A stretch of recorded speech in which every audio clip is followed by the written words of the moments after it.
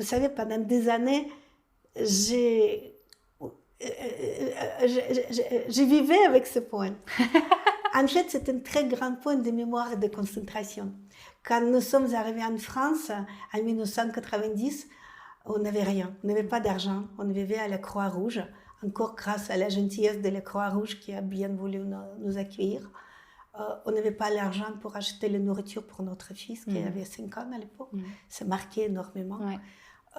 On a appris que tous nos diplômes de médecins, de professeurs de médecine n'étaient pas valables et on ne parlait pas un mot français. Et alors, j'ai travaillé en tant que faisant en fonction interne à l'hôpital, dans les services de biochimie, donc je faisais les analyses du sang, les analyses des urines. Les nuits, c'était dans les urgences, donc il y a une cinquantaine de bilans qui arrivent en urgence les nuits. Puis le lendemain, je travaillais dans le labo.